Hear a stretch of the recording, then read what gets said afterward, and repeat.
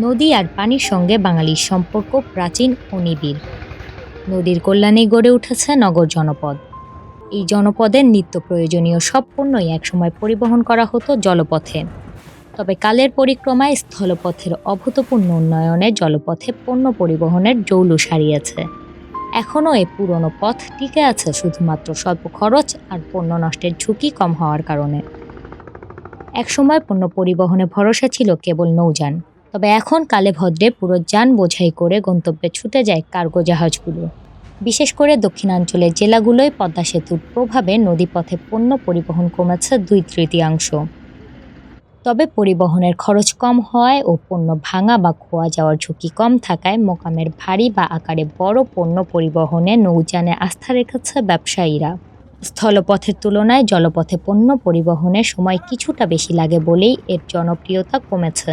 আগে যে পরিমাণ ছিল ব্যবসা ভালো ছিল, এখন বর্তমানে এর একানিও নাই। পদ্মা সেতু হওয়ার পর থেকে আমরা কোনো এই জোরালো কোনো মালপত্র কিছু পাইতেছি না, সব গাড়ি যাচ্ছে। মানুষের নিত্য প্রয়োজন যত আইটেম আছে সব যায়, অনেক নষ্ট কম হয়। আপনি ট্রান্সপোর্টে গেলে গাড়িটা আপ ডাউন করে, কাছের একটা কার্টুন নিলেন, ট্রান্সপোর্টে আপ ডাউন করলে গাড়িটা মালটা ভেঙে গেল। আর এখানে তো কোনো ঝাঁকি করার সিস্টেম নেই, মাল যেভাবে দেবো ওইভাবেই থাকবে। আমাদের লঞ্চ মালিক খুব সতর্ক, আমরা খুব সতর্ক, তারপর ঘাট যারা নেয়, যারা ঘাট নেয় তারও খুব সতর্ক। সব দিকে আমরা সতর্ক, বুঝছেন। এই জন্যে সবাই চলে এটা দা, মনে করেন এইটা দা হাজার হাজার ফ্যামিলি চলতেছে। পানি তো কম খরচ, ট্রান্সপোর্টে বেশি। আমরা এখান থেকে মাল হলো লঞ্চে পৌঁছে দিই, মানে দক্ষিণ অঞ্চলের বরিশাল বিভাগের যত মোকাম আছে এই সমস্ত মোকামের মাল আমরা এখান থেকে মাল লঞ্চে পৌঁছাই।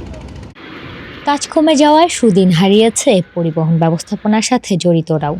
শীতের কুয়াশা ও বর্ষার বৈরী আবহাওয়ার মতো প্রাকৃতিক সমস্যার পাশাপাশি ডাকাতি ও পুলিশের চাঁদা আদায়ের কারণে মুনাফা হারান এ খাতের ব্যবসায়ীরা। আসা যাওয়া এবং এই যে স্টাফের বেতন, তেল খরচ মিলে মনে করেন 60-70 হাজার টাকা খরচ হয়। হ্যাঁ, এটা তো মাঝে মধ্যে রিক্স আছে, যেমন কুয়াশা, ঘন কুয়াশা থাকলে ডাকাত সুযোগ বুঝে এটা উঠা যায়। হ্যাঁ, কিছু জিনিসপত্র নেওয়া যায়, ওই যে স্টাফের কাছে কিছু টাকা পয়সা থাকলে এগুলি ডর বই দেখা নেওয়া যায়। গত 1 মাস আগে হয়েছিল। নদীর হারানো যৌবন ফিরলে ও আধুনিক প্রযুক্তির ছোঁয়া লাগলে প্রাকৃতিক সমস্যা অনেকটাই কেটে যাবে নৌযান ব্যবসায়ীদের। তবে মোকাম মালিকদের আস্থা ফেরাতে দরকার ডাকাতি ও চাঁদা আদায় বন্ধ করা। Desk report, RTNN।